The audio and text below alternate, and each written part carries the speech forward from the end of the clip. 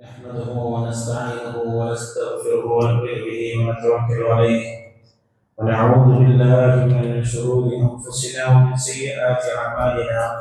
من يهده الله فلا مضل له ومن يضلله فلا هادي له، ونشهد ان لا اله الا الله ونشهد ان محمدا عبده ورسوله أرسله بالهدى ودين الحق ليظهره على الدين كله ولو كره المشركون. صلى الله على محمد وعلى آله وبارك وسلم تسليما كثيرا كثيرا.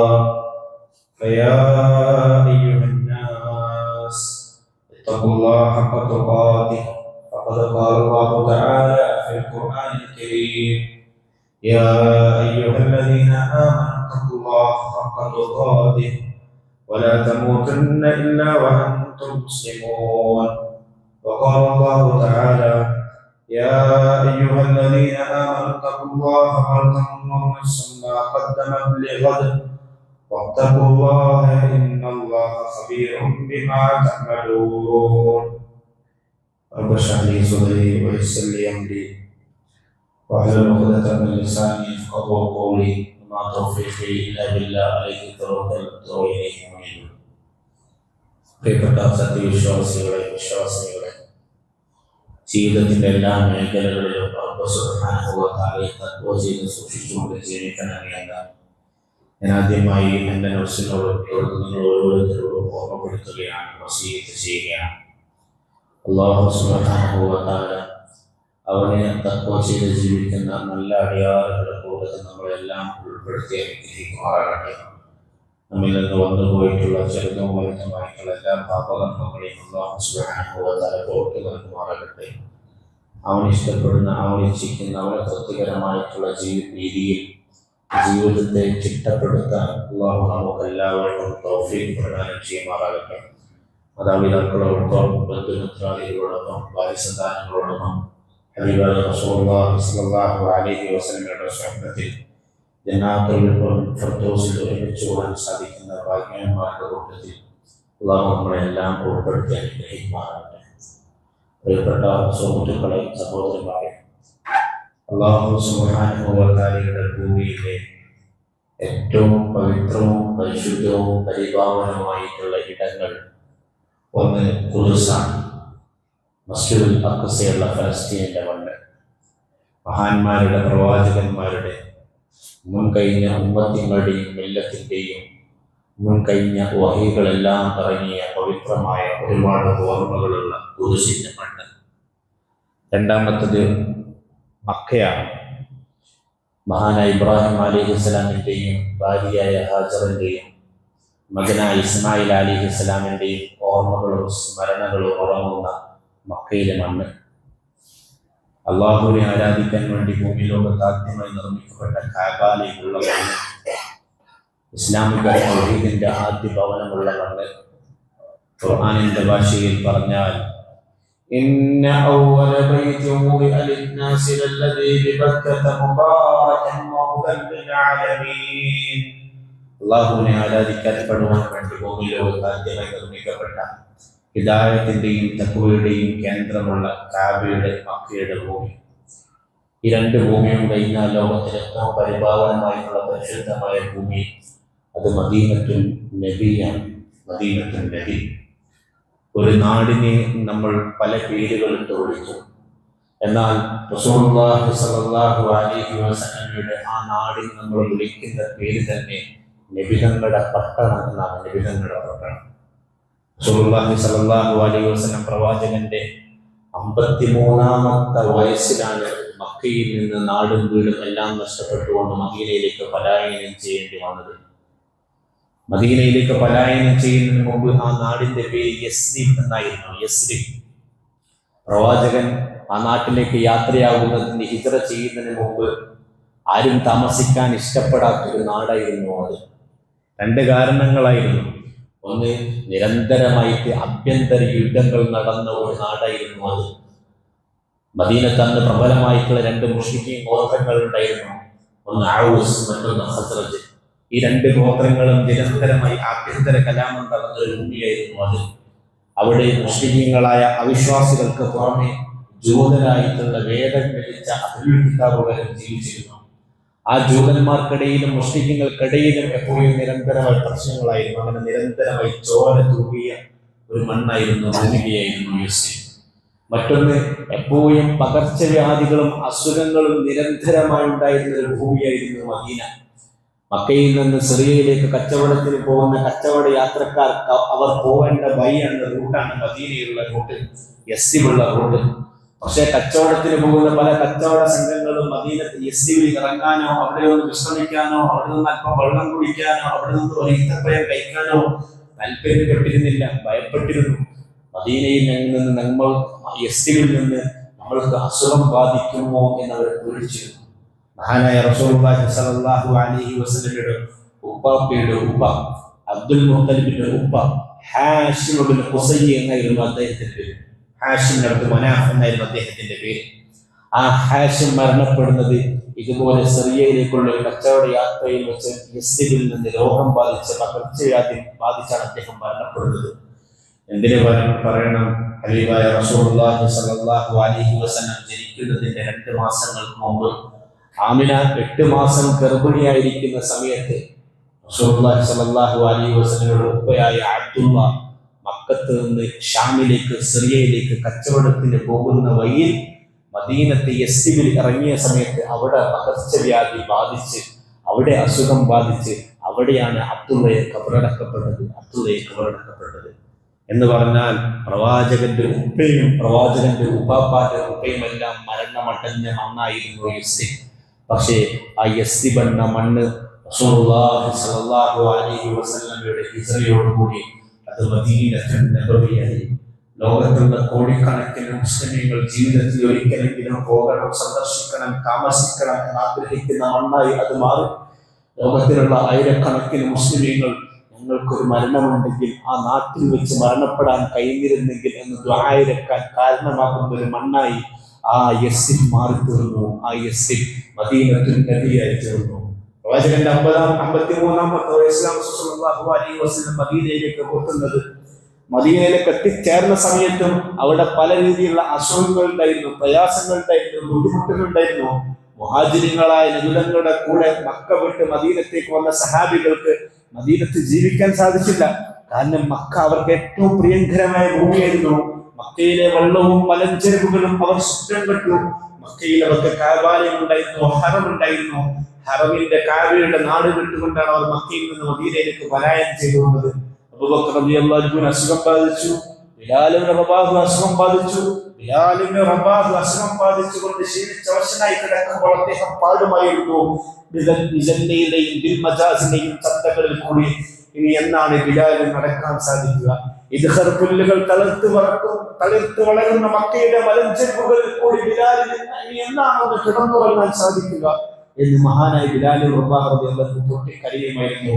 മക്കയുടെ ഓർമ്മകളെ കുറിച്ച് ആലോചിച്ച് റസൂലുള്ളാഹി സ്വല്ലല്ലാഹു അലൈഹി വസല്ലം ആ ദിനങ്ങളിൽ മദീനത്തിന് വേണ്ടി ദുആ ചെയ്തു. പ്രവാചകന്റെ ദുആഇന്റെ ബാക്കി പത്രമായിരുന്നു മദീന. പ്രവാചകന്റെ ദുആഇന്റെ ബാക്കി പത്രമായിരുന്നു മദീന. പ്രവാചകൻ വിയർപ്പൊഴുക്കി ഉണ്ടാക്കിയ പട്ടണമായിരുന്നു മദീന. പ്രവാചകൻ സ്വന്തം തോളിന്റെ മുകളിൽ കല്ലെടുത്ത് കൊണ്ടുവന്ന് നിർമ്മിച്ചതായിരുന്നു ആ മദീനത്തെ പള്ളി. പ്രവാചകന്റെ നഗരമാണ്, പ്രവാചകന്റെ പട്ടണമാണ് പൂർണ്ണാർത്ഥത്തിൽ ആ നഗരം, ആ പട്ടണം. മദീനത്തിൽ എത്തിയ ഉടനെ മദീനത്തെ കൃഷിക്കാർ അവർ ആദ്യമായി വിളവെടുത്ത ഈത്തപ്പഴമായി റസൂൽ സല്ലല്ലാഹു അലൈഹി വസല്ലമയുടെ അടുക്കൽ വന്നു. പ്രവാചകൻ ആ ഈത്തപ്പഴത്തെ കയ്യിൽ വെച്ചു. സഹീഹ് മുസ്ലിമിന്റെ ഹദീസിൽ നമുക്ക് ഈ ഹദീസ് വായിക്കാൻ സാധിക്കും. പ്രവാചകൻ മദീനയിൽ നിന്ന് ആദ്യമായി വിളവെടുത്ത ആ ഈത്തപ്പഴത്തെ കയ്യിൽ വെച്ചുകൊണ്ട് ദുആ ചെയ്തു, അല്ലാഹുമ്മ ബാരിക് ലനാ ഫീ സമരിനാ, അല്ലാഹുമ്മ ബാരിക് ലനാ ഫീ മദീനത്തിനാ. അല്ലാഹുവേ, ഞങ്ങളുടെ മദീനത്തിന് നീ ബർക്കത്ത് നൽകണമേ. അല്ലാഹുവേ, ഞങ്ങളുടെ നാട്ടിൽ വളരുന്ന ഈ കായ്ക്കനികൾക്ക് നീ ബർക്കത്ത് നൽകണമേ. അല്ലാഹുമ്മ ബാരിക് ലനാ ഫീ സഅഇനാ, അല്ലാഹുമ്മ ബാരിക് ലനാ ഫീ മുദ്ദിനാ. അല്ലാഹുവേ, ഒരു ഉള്ളംകൈയിൽ ഞങ്ങൾ കോരിയെടുത്തിരിക്കുന്ന ഈത്തപ്പഴം പഠിച്ചവനെ, അത് ഞങ്ങളുടെ അധ്വാനങ്ങൾ കൂടി ഉണ്ടായതാണ്, അതിൽ നീ ബർക്കത്ത് ചെയ്യണമേ. അല്ലാഹുമ്മ ഇന്ന ഇബ്രാഹിമ ഖലീലുക വ നബിയുക വ റസൂലുക. ഇബ്രാഹിം അലൈഹിസ്സലാം നിന്റെ നബിയാണ്, നിന്റെ ഖലീലാണ്, നിന്റെ റസൂലാണ്. എന്നാൽ അല്ലാഹുമ്മ ഇന്നി അബ്ദുക വ റസൂലുക, ഞാനും നിന്റെ നബിയും, ഞാനും നിന്റെ അടിമയുമാണ്, ഞാനും നിന്റെ അടിമയും, ഞാനും നിന്റെ നബിയാണ്.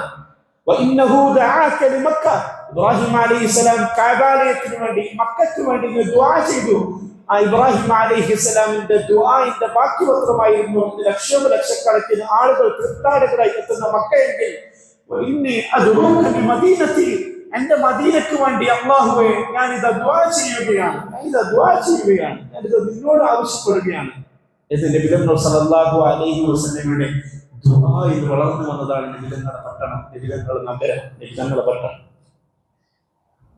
മദീന കേന്ദ്രമായിക്കൊണ്ട് റസൂൽ സല്ലല്ലാഹു അലൈഹി വസല്ലം ഒരു രാഷ്ട്രം പണിതു, ഒരു രാജ്യം പണിതു. അതിന്റെ അതിർത്തി എത്ര വലുതാണെന്ന് നിങ്ങൾ നോക്കണം.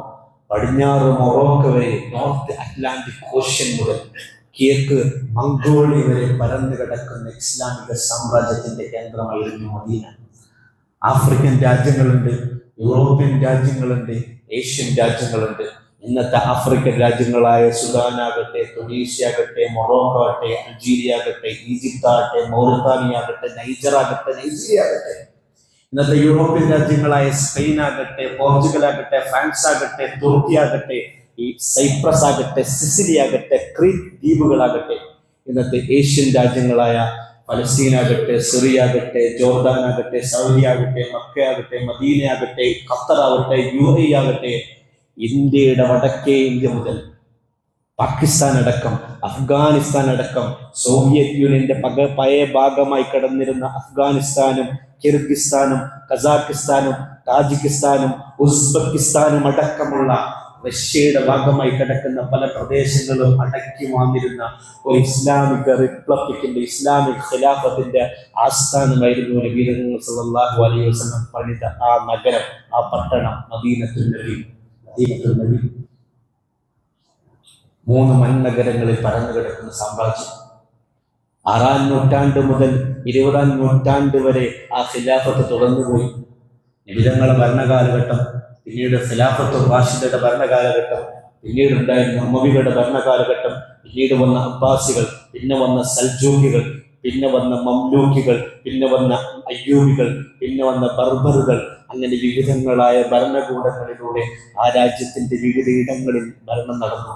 ഏറ്റവും ഒടുക്കം ഉസ്മാനി ഖിലാഫത്തോടുകൂടി കഴിഞ്ഞ നൂറ്റാണ്ടിൽ അത് അധപതിച്ചു. കഴിഞ്ഞ നൂറ്റാണ്ടിലാണ് ലോകത്ത് ദേശരാഷ്ട്രങ്ങൾ രൂപപ്പെടുന്നത്, ഓരോരോ നാഷനുകൾ രൂപപ്പെടുന്നത്. കഴിഞ്ഞ ദിവസം ഞാൻ എൻ്റെ വിദ്യാർത്ഥികൾക്ക് സോഷ്യൽ സയൻസ് പഠിപ്പിക്കുകയായിരുന്നു. 10ാം ക്ലാസ്സിലെ സോഷ്യൽ സയൻസ് ടെക്സ്റ്റ് ബുക്കിൽ 2ാമത്തെ പാഠത്തിന്റെ പേര് ലിബർട്ടി, ഇക്വാലിറ്റി, ഫ്രറ്റേണിറ്റി എന്ന് പറയുന്ന പാഠമാണ്. സ്വാതന്ത്ര്യം, സമത്വം, സാഹോദര്യം. ആ പാഠത്തിൽ 18ാം നൂറ്റാണ്ടിൽ ഫ്രാൻസിൽ നടന്ന ഫ്രഞ്ച് വിപ്ലവത്തോടുകൂടിയാണ് ലോകത്ത് ജനാധിപത്യം പുലർന്നത്, ലോകത്ത് സാഹോദര്യം പുലർന്നത്, ലോകത്ത് സമത്വം പുലർന്നത്, ലോകത്ത് ഇക്വാലിറ്റി ഉണ്ടായത് എന്ന് ഞാൻ പഠിപ്പിച്ചു. അത് ലോകത്തിന്റെ വിവിധ രാജ്യങ്ങൾ ഉണ്ടായിരുന്ന കൊളോണിയലിസത്തിനെതിരെയുള്ള യുദ്ധങ്ങൾക്ക് ഫ്രഞ്ച് വിപ്ലവം കാരണമായി എന്ന് ഞാൻ പഠിപ്പിച്ചു. എൻ്റെ മുമ്പിലിരിക്കുന്ന വിദ്യാർത്ഥികൾ എന്നെ നോക്കി ചിരിക്കുന്നു. അവർ അത്ഭുതത്തോടുകൂടി എന്നെ നോക്കുന്നു.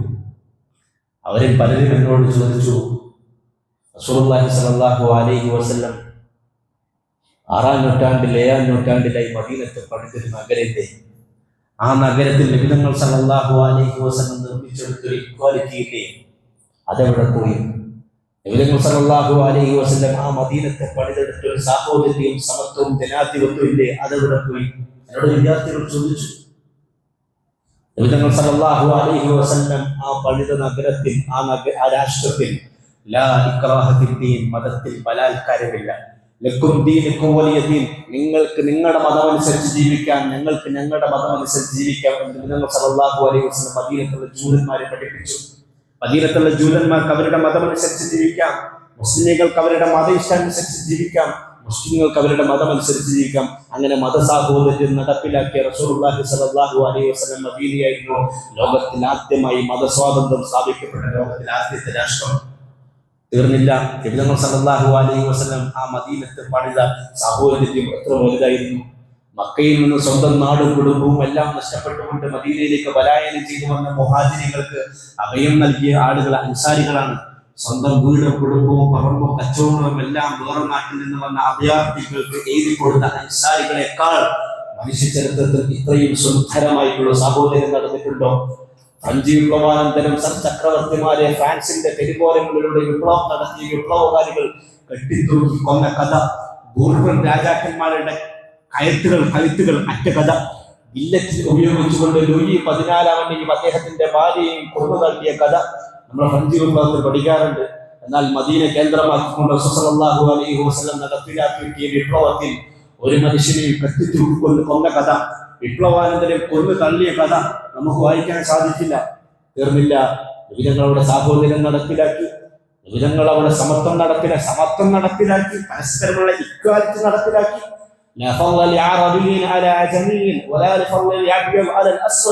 കറുത്തവൻ വെളുത്തവനെ കാണാൻ സാധിക്കാത്ത അത്രത്തോളം ആഭ്യന്തര കലഹങ്ങളും പ്രശ്നങ്ങളും നടന്നിരുന്ന ഒരു കാലഘട്ടത്തിലായിരുന്നു റസൂലുള്ളാഹി സ്വല്ലല്ലാഹു അലൈഹി വസല്ലം ആ അറബികളോട് ഇങ്ങനെ പ്രഖ്യാപിച്ചത്: കറുത്തവന് വെളുത്തവനേക്കാളോ വെളുത്തവന് കറുത്തവനേക്കാളോ യാതൊരു മുൻഗണനയോ പരിഗണനയോ ഇല്ല. ജന്മം കൊണ്ട് ആരും ഉത്തമനോ അധമനോമായി മാറുകയില്ല. അറബിക്ക് അനറബിയേക്കാളോ അനറബിക്ക് അറബിയേക്കാളോ യാതൊരു ശ്രേഷ്ഠതയുമില്ല. കുല്ലുക്കും മിൻ ആദം വആദം മിൻ തുറാബ്. മനുഷ്യ സമൂഹമേ, നിങ്ങളെല്ലാം മണ്ണിൽ നിന്ന് സൃഷ്ടിക്കവരാണ്. നിങ്ങളെല്ലാം മണ്ണിൽ നിന്ന് സൃഷ്ടിക്കപ്പെട്ടവരാണ്. നിങ്ങൾ എത്ര വലിയ ധനികരാണെങ്കിലും സാധുക്കളാണെങ്കിലും ദരിദ്രരാണെങ്കിലും ഏത് കുടുംബത്തിൽ പിറന്നവരാണെങ്കിലും നിങ്ങളെല്ലാം ആദമിന്റെ സന്തതികളാകുന്ന ലോക ചരിത്രത്തിൽ ഏറ്റവും വലിയ സാഹോദര്യം പഠിപ്പിച്ച പ്രവാചകൻ സല്ലല്ലാഹു അലൈഹി വസല്ലം. ആ പ്രവാചകൻ സല്ലല്ലാഹു അലൈഹി വസല്ലം അത്രയും വലിയൊരു വിപ്ലവത്തിന്, അത്രയും വലിയൊരു രാഷ്ട്രത്തിന് നിർമ്മിതിക്ക് തുടക്കം കുറിച്ചത് എവിടെ വെച്ചാണെന്ന് നിങ്ങൾക്ക് അറിയുമോ? എവിടെ വെച്ചാണ് നബി തങ്ങൾ സല്ലല്ലാഹു അലൈഹി വസല്ലം അങ്ങനത്തെ ഒരു വിപ്ലവത്തിന് തുടക്കം കുറിച്ചത്? അങ്ങനെ ഒരു വിപ്ലവം നബി തങ്ങൾ നടപ്പിലാക്കിയത്, സാധ്യമാക്കിയത് എങ്ങനെയാണ്? ഇത്രയും വലിയ രാജ്യത്തോളം നിറഞ്ഞു നിൽക്കുന്ന സാമ്രാജ്യത്തിന്റെ അധിപനായി മാറുന്ന രീതിയിൽ ഇത്ര വലിയ ഇസ്ലാമിക രാജ്യം നബി തങ്ങൾ സല്ലല്ലാഹു അലൈഹി വസല്ലം നിർമ്മിച്ചെടുത്തത് എന്തിനെ കേന്ദ്രമാക്കിക്കൊണ്ടായിരുന്നു?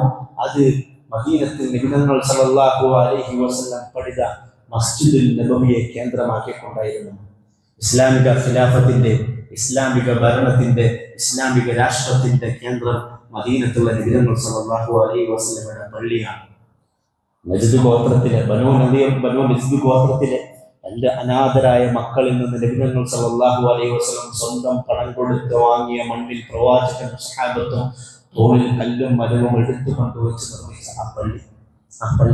ആ പള്ളികളെ പോലെ നമ്മുടെ പള്ളികളായി മാറണം. ആ പള്ളിയിലെ അനുയായികളെ പോലെ, സഹാബാക്കളെ പോലെ നമ്മളുമായി മാറണം.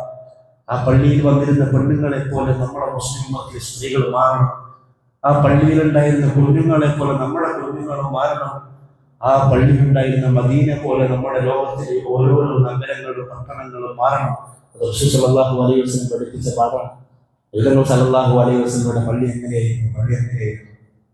കഴിഞ്ഞ ദിവസം ഞാനൊരു 10 മണി 9 മണി സമയത്ത് കണ്ണൂർ ടൗണിലുണ്ടായിരുന്നു. നബി സല്ലല്ലാഹു അലൈഹി വസല്ലം എന്നും പകൽ സമയത്ത് നിർവഹിച്ച സുന്നത്ത് നമസ്കാരമുണ്ട്. ദുഹാ നമസ്കാരം എന്നാണ് അതിന്റെ പേര്. സൂര്യൻ ഉദിച്ചുയർന്നത് മുതൽ നട്ടുച്ച സമയം വരെ ഒരാൾക്ക് അത് നമസ്കരിക്കാം. പ്രവാചകൻ മക്കത്താണെങ്കിലും മദീനത്താണെങ്കിലും യാത്രയിലാണെങ്കിൽ പോലും ദുഹാ നമസ്കാരം നഷ്ടപ്പെടുത്താറുണ്ടായിരുന്നില്ല.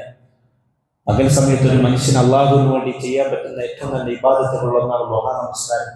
അങ്ങനെ ദുഹാ നമസ്കരിക്കാൻ വേണ്ടി കണ്ണൂർ പട്ടണത്തിൽ ഒരു പള്ളിയിൽ കയറി ഓരോടുത്ത് വാതിൽ തുറക്കാൻ നോക്കുമ്പോൾ വാതിൽ തുറക്കാൻ സാധിക്കുന്നില്ല. വാതിൽ അടഞ്ഞു നിൽക്കുന്നു, വാതിൽ അടച്ചിട്ടിരിക്കുന്നു. അപ്പൊ ഒരു ഉസ്താദ് വന്നു. മദ്രസയുടെ കയ്യിൽ ഉസ്താദ് വരികയാണ്. അദ്ദേഹത്തിന്റെ കയ്യിൽ താക്കോലുണ്ട്. അദ്ദേഹത്തെ കണ്ടപ്പോൾ സന്തോഷമായി. പള്ളിയിൽ കയറാൻ പറ്റില്ല, അതിനെ പുറത്താക്കുമില്ല. അദ്ദേഹം വാതിൽ തുറന്നു ഉള്ളിലേക്ക് ഞാൻ കയറാൻ നിൽക്കുമ്പോൾ എന്റെ മുമ്പിൽ വെച്ച് അദ്ദേഹം വാതിൽ കൊട്ടി അടച്ചു. അടക്കാൻ നേരത്ത് അദ്ദേഹം പറഞ്ഞു, പള്ളി തുറന്നു തരാൻ പറ്റില്ല. പള്ളി അടിച്ചത് ദുഹർ നമസ്കാരം വരെ അടിച്ചത്. അദ്ദേഹം വാതിലും അടച്ച് നടന്നുപോയി. ശബ്ദനായിക്കൊണ്ട് ഞാൻ അവിടെ നിന്നു. കുറേ നേരം അവിടെ നിന്നതിന് ശേഷം ഞാൻ ദുഃഖിതനായിക്കൊണ്ട് നടന്നു പോയി. റസൂലുള്ളാഹി സ്വല്ലല്ലാഹു അലൈഹി വസല്ലമയുടെ പള്ളി എങ്ങനെയായിരുന്നു? പ്രവാചകൻ സ്വല്ലല്ലാഹു അലൈഹി വസല്ലമയുടെ പള്ളികൾ അടച്ചിടാറുണ്ടായിരുന്നു. പ്രവാചകൻ സ്വല്ലല്ലാഹു അലൈഹി വസല്ലമയുടെ പള്ളികൾ കേവലമായിട്ടുള്ള മുസല്ലയായിരുന്നു. മുസല്ല എന്ന അറബി പദത്തിന്റെ അർത്ഥം നമസ്കാരിക്കുന്ന സ്ഥലം എന്നാണ്. പ്രവാചകൻ പള്ളിക്ക് നൽകിയ പേര് മുസല്ല എന്നല്ല, മസ്ജിദ് എന്നാണ്. പള്ളി നിസ്കരിക്കാനുള്ള സ്ഥലം മാത്രമല്ല, പള്ളി 5 നേരത്തെ ഫർള് നമസ്കാരം നടപ്പിലാക്കപ്പെടുന്ന ഒരു സ്ഥലം മാത്രമല്ല, അതിനേക്കാൾ വലിയൊരു അർത്ഥം പള്ളിക്കുണ്ട്. അതിനേക്കാൾ വലിയൊരു ആശയം പള്ളിക്കുണ്ട്. ഒരു പ്രദേശത്തിലെ മുസ്ലിമീങ്ങളുടെ ആശയ കേന്ദ്രമായിരിക്കണം പള്ളി. ഒരു പ്രദേശത്തിലെ മുസ്ലിമീങ്ങളുടെ ദുഃഖങ്ങളും കണ്ണീരുകളും എല്ലാം ഒക്കുന്ന ഇടമാകണം പള്ളി. ഒരു പ്രദേശത്തിലെ മുസ്ലിമീങ്ങളുടെ പരസ്പര മനസ്സുകൾ ഇടക്കുന്ന ഒരു ഇടമാകണം പള്ളി. അടിമകൾക്ക് അള്ളാഹുവിന്റെ മുമ്പിലേക്ക് കൈയുയർത്തിക്കൊണ്ട് കണ്ണീർ വാർക്കാൻ സാധിക്കുന്ന ഒരു ഇടമാകണം പള്ളി. ഒരു മനുഷ്യന് ദുഃഖവും വിഷമവും പ്രയാസവും വേദനയും വന്നിട്ടുണ്ടെങ്കിൽ ഒറ്റയ്ക്കിരിക്കാൻ പറ്റുന്ന സാധിക്കുന്ന ഇടമായി മാറണം പള്ളി. അള്ളാഹുവിന്റെ ഭവനങ്ങളാണ് പള്ളികൾ. അള്ളാഹുവിന്റെ ഭവനങ്ങളാണ് പള്ളികൾ. പ്രവാചകന്റെ പള്ളിയെ കുറിച്ച് നിങ്ങൾ അയച്ചു. പ്രവാചകൻ സല്ലല്ലാഹു അലൈഹി വസല്ലമയുടെ പള്ളി നിസ്കരിക്കുന്ന സ്ഥലം തന്നെയാണ്. ഒരുപാട് ഇബാദത്തുകൾ നടക്കും അവിടെ. നിസ്കാരം നടക്കും, ഖുർആൻ പാരായണം നടക്കും, ദിക്റുകൾ നടക്കും, സ്വലാത്തുകൾ നടക്കും, ദുആകൾ നടക്കും, എല്ലാം നടക്കും. ഇന്ന് വെള്ളിയാഴ്ച ദിവസമാണ്. വെള്ളിയാഴ്ച ദിവസത്തിൽ റസൂൽ സല്ലല്ലാഹു അലൈഹി വസല്ലമയുടെ പള്ളിയെ കുറിച്ചുള്ള പരാമർശം ഹദീസിന്റെ ഗ്രന്ഥങ്ങളിൽ കാണാൻ സാധിക്കും. സഹാബാക്കളായിട്ടുള്ള ആളുകളിൽ പല സഹാബികളും വെള്ളിയാഴ്ച ദിവസം കുളിച്ചൊരുങ്ങിക്കൊണ്ട് സുബഹി നമസ്കാരത്തിന് വന്നാൽ അവർ ജുമാക്ക് ശേഷം മാത്രമാണ് മടങ്ങിപ്പോകാറുള്ളത്. ഞാൻ എന്നെ കൊട്ടപ്പെടുത്തുകയാണ്. ഞാൻ എന്നെ കുറിച്ച് ആലോചിച്ച് നശിപ്പിക്കുകയാണ്. എന്റെ ഇബാദത്തിലുള്ള കുറവുകളെ കുറിച്ച് ആലോചിച്ച് ഞാൻ ദുഃഖിക്കുകയാണ്. എന്റെ ഖുർആൻ പാരായണത്തിലുള്ള കുറവുകളെ കുറിച്ച് ഞാൻ ദുഃഖിക്കുകയാണ്. എന്റെ നമസ്കാരത്തിലെ കുറവുകളെ കുറിച്ച് ആലോചിച്ച് ഞാൻ ദുഃഖിക്കുകയാണ്. അതുപോലെ നമ്മൾ ഓരോരുത്തരും ദുഃഖിക്കണം.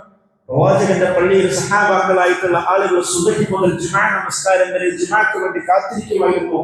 ഇബാദത്തുകളിൽ, നമസ്കാരങ്ങളിൽ, ഖുർആൻ പാരായണത്തിൽ അവർ കഴിഞ്ഞുകൂടുമായിരുന്നു. സഹാബാക്കളെ ഹദീസിന്റെ വരികൾ കാണാൻ സാധിക്കും. വെള്ളിയാഴ്ച ദിവസം ജുമാ നമസ്കാരങ്ങൾക്ക് ശേഷം മാത്രമാണ് ഞങ്ങളിൽ ഓരോരുത്തരും ഭക്ഷണം കഴിച്ചിരുന്നത്. അത്രയും സമയം ഇബാദത്തിൽ കഴിഞ്ഞോട് കൂടിയ സ്ഥലം. പകലുകൾ ഇബാദത്തുകൾ മുഖരിതമായ ഒരിടം. രാത്രി കാലങ്ങൾ നബിതങ്ങളുടെ പള്ളിയോട് ചേർന്നുകൊണ്ടായിരുന്നു നബി സല്ലല്ലാഹു അലൈഹി വസല്ലമയുടെ വീട്. ആയിഷയുടെ കൂടെ നബി സല്ലല്ലാഹു അലൈഹി വസല്ലം റൂമിൽ വീട്ടിൽ കിടന്നുറങ്ങുമ്പോൾ പള്ളിയിൽ പൊട്ടിക്കരയുന്ന സഹാബാക്കളുടെ കരച്ചിൽ കേൾക്കുമായിരുന്നു. പള്ളിയിൽ നമസ്കരിക്കുന്ന സഹാബാക്കളുടെ ഖുർആൻ പാരായണം കേൾക്കുമായിരുന്നു. അബൂ മൂസ അശ്അരി റളിയല്ലാഹു അൻഹുവിനെ പോലുള്ള ആളുകൾ രാത്രികാലങ്ങൾ തഹജ്ജുദ് നമസ്കരിച്ചുകൊണ്ട് അല്ലാഹുവിന്റെ മുമ്പിൽ കരയുന്ന കരച്ചിലിന്റെ ദുആഇന്റെ ഓർത്ത് നബി സല്ലല്ലാഹു അലൈഹി വസല്ലം കേൾക്കുകയും ആസ്വദിക്കുകയും ചെയ്യുമായിരുന്നു. ഈ രീതിയിൽ രാത്രിയും പകലും ഇബാദത്തുകൾ കൊണ്ട് മുഖരിതമാകുന്ന ഒരു മസ്ജിദ് തന്നെയാണ് പള്ളി. ഒന്നാമതായി. രണ്ടാമതായി, പള്ളി നബി സല്ലല്ലാഹു അലൈഹി വസല്ലമയുടെ കാലഘട്ടത്തിൽ വിദ്യാലയമായിരുന്നു. അഹ്ലുസുഫയിലെ അബൂ ഹുറൈറ, ഇബ്നു ഉമർ റളിയല്ലാഹു അൻഹുവിനെ പോലുള്ള ആളുകൾ ഇൽമ ആർജിച്ചിരുന്ന സ്ഥലമായിരുന്നു. 24 മണിക്കൂറും ഫുൾ ലൈഫ് നബിതങ്ങളുടെ പള്ളിയിൽ, നബിതങ്ങളുടെ മുമ്പിൽ പള്ളിയിൽ ജീവിതം ഇൽമ നേടാൻ വേണ്ടി, ഹദീസിന്റെ ഖുർആനിന്റെ ഇൽമ നേടാൻ വേണ്ടി ജീവിതം കൊടുത്ത സഹാബാക്കളെ ചരിത്രം നമുക്ക് വായിക്കാൻ സാധിക്കും. മഹാനായ ഉമർ റളിയല്ലാഹു അൻഹുവിനെ പോലുള്ള ആളുകൾ, അവർക്ക് ഒരുപാട് തിരക്കുകളുണ്ടായിരുന്നു. ഉമർ റളിയല്ലാഹു അൻഹു ഒരു ദിവസം നബിതങ്ങളുടെ പള്ളിയിൽ ഇൽമ, അറിവ് ആർജിക്കാൻ വേണ്ടി ടൈം കൊടുക്കും. പിറ്റേ ദിവസം തന്റെ ദുനിയാവിന്റെ ഭൗതിക ആവശ്യങ്ങൾക്ക് വേണ്ടി പോകും.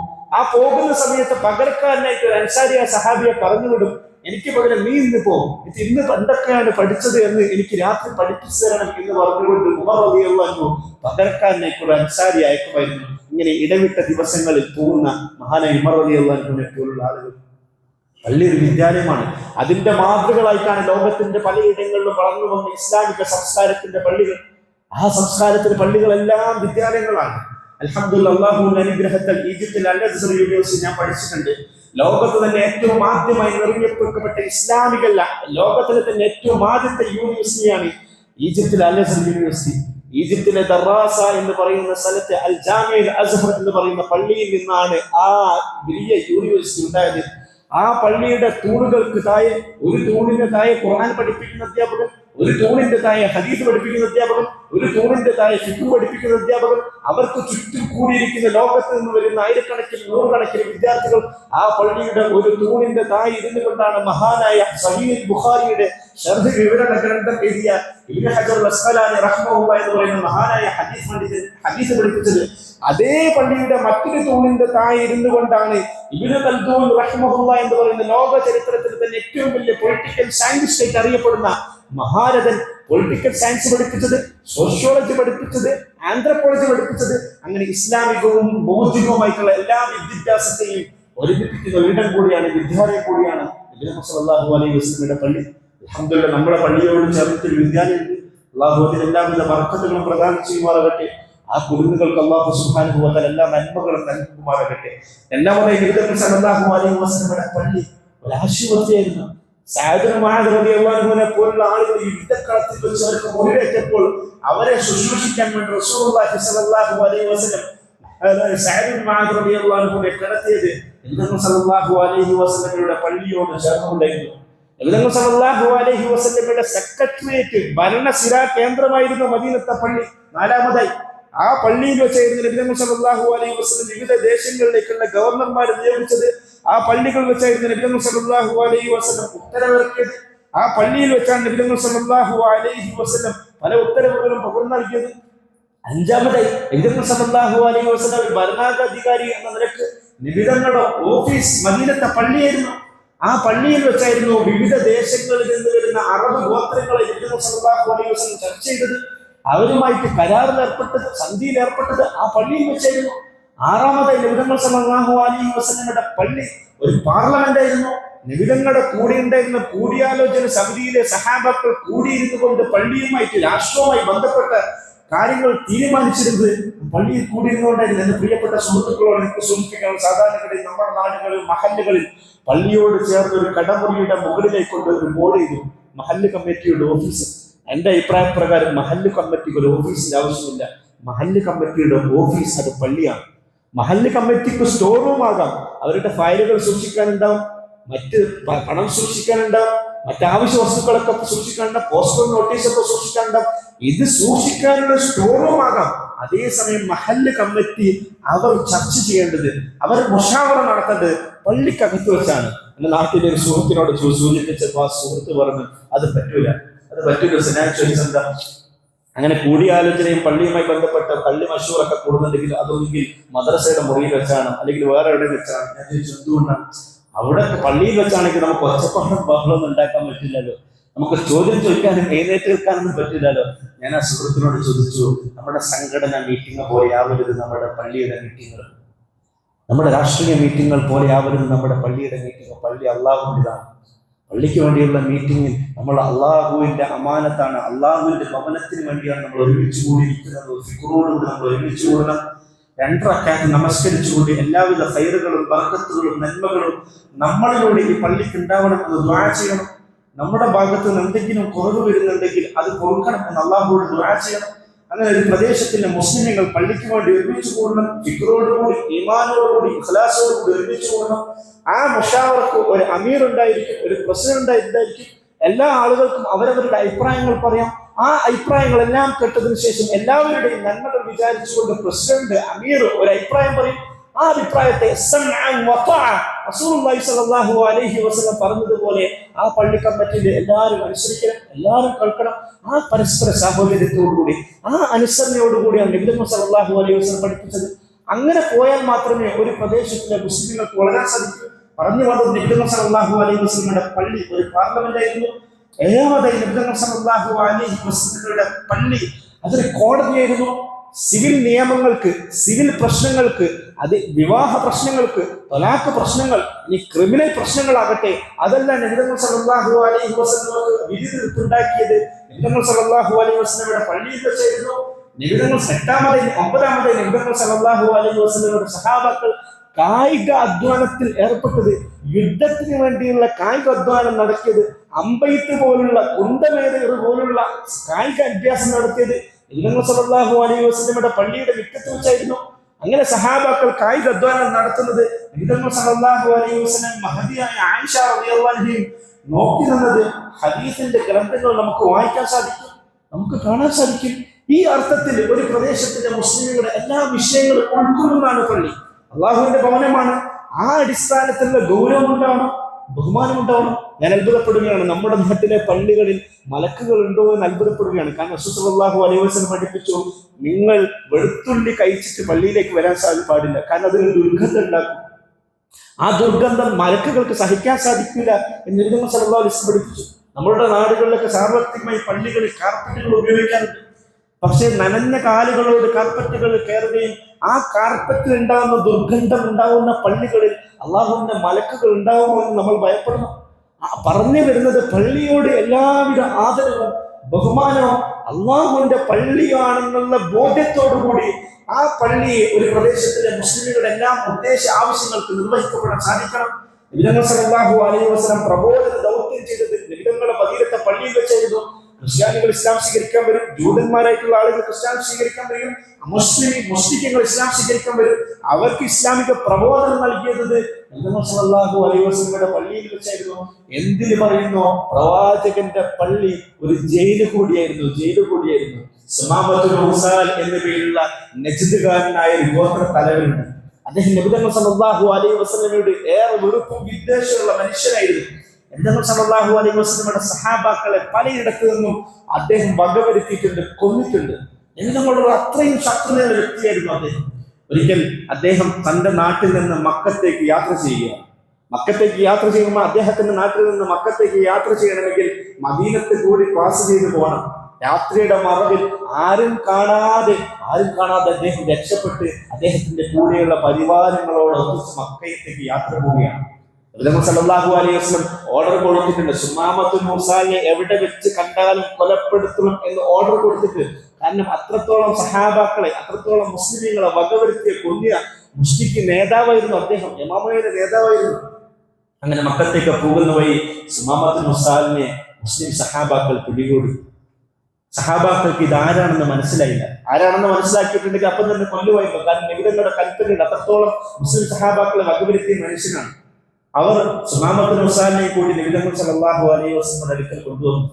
നബി സല്ലല്ലാഹു അലൈഹി വസല്ലമക്ക് കണ്ട ഉടനെ മനസ്സിലായി സുമാമത്തുൽ ഉസാലാണ്. നബി സല്ലല്ലാഹു അലൈഹി വസല്ലം സുമാമത്തുൽ ഉസാലിനോട് പുഞ്ചിരിച്ചു. ഏറ്റവും മദീനത്തെ പള്ളിയുടെ ഒരു തൂണിൽ ആ മനുഷ്യനെ കെട്ടിയിടാൻ പറഞ്ഞു. നബി സല്ലല്ലാഹു അലൈഹി വസല്ലം ഒന്നും കിട്ടിയില്ല. പോയി പിറ്റേ ദിവസം വന്ന് ചോദിച്ചു, എങ്ങനെയുണ്ട് സുമാമ, എന്തെങ്കിലും വിശേഷം? സുമാമത്തുൽ ഉസാൽ പറഞ്ഞു, എന്നെ നിങ്ങൾ വധിക്കുകയാണെങ്കിൽ നിങ്ങൾക്ക് വധിക്കാനുള്ള എല്ലാ അർഹതയുണ്ട്. കാരണം നിങ്ങളുടെ ഒരുപാട് അനുയായികൾ ഞാൻ കൊണ്ടിട്ടുണ്ട്. പക്ഷെ നിങ്ങൾ എന്നോട് അനുകമ്പയും കരുണയും കാണിക്കുകയാണെങ്കിൽ ഞാൻ നന്ദിയുള്ളവരായിരിക്കും. നബി സല്ലല്ലാഹു അലൈഹി വസല്ലം പറഞ്ഞു, സുമാമ നീ ഇവിടെ നിൽക്കുക എന്ന് പറഞ്ഞു. 3 ദിവസം കൂടെയുള്ള സഹാബാക്കളോട് സുമാമത്തുൽ ഉസാലിനോട് ഏറ്റവും നല്ല മര്യാദയിലും ആദരവിലും പെരുമാറണമെന്ന് നബി സല്ലല്ലാഹു അലൈഹി വസല്ലം കൽപ്പിച്ചു. 2ാമത്തെ ദിവസം സുമാമത്തുൽ ഉസാലിനോട് കുശലാന്വേഷണം നടത്തി. 3ാമത്തെ ദിവസം സുമാമത്തുൽ ഉസാലിനോട് കുശലാന്വേഷണം നടത്തി. അദ്ദേഹം അപ്പോഴും പള്ളിയുടെ തൂണിൽ കെട്ടിയിടപ്പെട്ടവനാണ്. 3ാമത്തെ ദിവസത്തെ ശേഷം നബി സല്ലല്ലാഹു അലൈഹി വസല്ലം സുമാമത്തുൽ ഉസാലിന്റെ അടുക്കൽ വന്ന് ചോദിച്ചു, സുമാമ നിനക്ക് പോകാം. സഹാബാക്കളോട് അദ്ദേഹത്തിന്റെ കയറയിക്കാൻ പറഞ്ഞു. അദ്ദേഹത്തെ വെറുതെ വിടാൻ പറഞ്ഞു. സഹാബാക്കൾക്ക് അത്ഭുത പരിവർത്തനത്തിൽ നിന്നു. ഇത്രയും മുസ്ലിമീങ്ങളെ സഹാബാക്കളെ കൊന്നൊടുങ്ങിയ മനുഷ്യനെ വെറുതെ വിടുകയാണോ? ഇദ്ദേഹം യമാമയിലെ ഗോത്രത്തിന്റെ തലവനാണ്. അദ്ദേഹം ഇനിയും യുദ്ധത്തിനെ വരൂല, ഇനിയും നമ്മളെ കൊലപ്പെടുത്തൂല എന്നൊക്കെ സഹാബാക്കൾ ചോദിച്ചു. നബി സല്ലല്ലാഹു അലൈഹി വസല്ലം സുമാമയെ വെറുതെ വിടാൻ പറഞ്ഞു. സുമാമത്തുൽ ഉസാൽ പള്ളിയിൽ നിന്ന് പുറത്തിറങ്ങി മദീനയിലെ ഒരു ജലാശയത്തിൽ പോയിട്ട് ശരീരം മുഴുവൻ ശുദ്ധിയാക്കി കുളിച്ച് റെഡിയായി നബിതങ്ങളെ പള്ളിയിലേക്ക് തന്നെ മടങ്ങി വന്നു. നബിതങ്ങളുടെ മുമ്പിൽ കരഞ്ഞുകൊണ്ടിട്ട് പറയുക, റസൂലുള്ളാഹ് അശ്ഹദു അല്ലാ ഇലാഹ ഇല്ലല്ലാഹു വ അന്ന മുഹമ്മദ റസൂലുള്ളാഹ്, അല്ലാഹുവിന്റെ റസൂലേ ഞാനിതാ ഇസ്ലാം സ്വീകരിക്കുകയാണ്. എന്നെ പിടികൂടുന്നതിന് മുമ്പ് എനിക്ക് ലോകത്ത് ഏറ്റവും വെറുക്കപ്പെട്ട മനുഷ്യൻ താങ്കളായിരുന്നു. ഞാൻ ഏറ്റവും കൂടുതൽ വെറുത്ത മതം നിങ്ങളുടെ മതമായിരുന്നു. ഞാൻ ഏറ്റവും കൂടുതൽ വെറുത്ത നാട് നിങ്ങളുടെ നാടായിരുന്നു. ഞാൻ ഏറ്റവും വെറുത്ത ഗേഹം നിങ്ങളുടെ പള്ളിയായിരുന്നു. എന്നാൽ 3 ദിവസം നിങ്ങളുടെ കൂടെ ഞാൻ ജീവിച്ചപ്പോൾ എനിക്ക് ഏറ്റവും ഇഷ്ടപ്പെട്ട മനുഷ്യനായി നിങ്ങൾ മാറി. എനിക്ക് ഏറ്റവും ഇഷ്ടപ്പെട്ട നാടായി നിങ്ങളുടെ നാട് മാറി. എനിക്ക് ഏറ്റവും ഇഷ്ടപ്പെട്ട ആൾക്കാരായി നിങ്ങൾ മാറി. ഇങ്ങനൊരു മാറ്റം സുമാമത്തുൽ ഉസാലിന് വരാൻ കാരണമായത് 3 ദിവസം നബിതങ്ങളുടെ പള്ളിയിൽ സഹാബാക്കൾ അദ്ദേഹം കണ്ടു.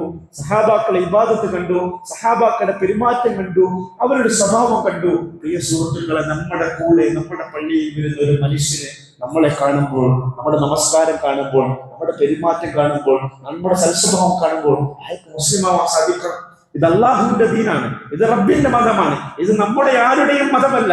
ഇതിന്റെ മാലോകർക്ക് തുറന്നു കൊടുക്കാൻ നമുക്ക് സാധിക്കണം. മാലോകരോട് ഇതിന്റെ ദിവ്യ സന്ദേശം പകർന്നു നൽകാൻ നമുക്ക് സാധിക്കണം. ഇൻഷാ അല്ലാഹ് അടുത്ത വെള്ളിയാഴ്ച നമ്മുടെ പള്ളിയിൽ ഒരു സൗഹൃദ ജുമാഅത്ത് നമ്മൾ ഉദ്ദേശിക്കുകയാണ്. നമ്മുടെ പ്രദേശത്തുള്ള മറ്റു മതത്തിൽപ്പെട്ട അന്യ സഹോദരങ്ങളായിട്ടുള്ള മതത്തിൽപ്പെട്ട ആളുകൾ നമ്മുടെ പള്ളിയിലേക്ക് ക്ഷണിക്കുന്നു. ഇൻഷാ അല്ലാഹ് അവര് കൂടി നമ്മുടെ പള്ളിയിൽ പങ്കെടുക്കും, നമ്മുടെ ജുമാഅത്ത് പങ്കെടുക്കും. നമ്മുടെ ജുമാ നമസ്കാരത്തിന് നമ്മൾ സാക്ഷിയാകും.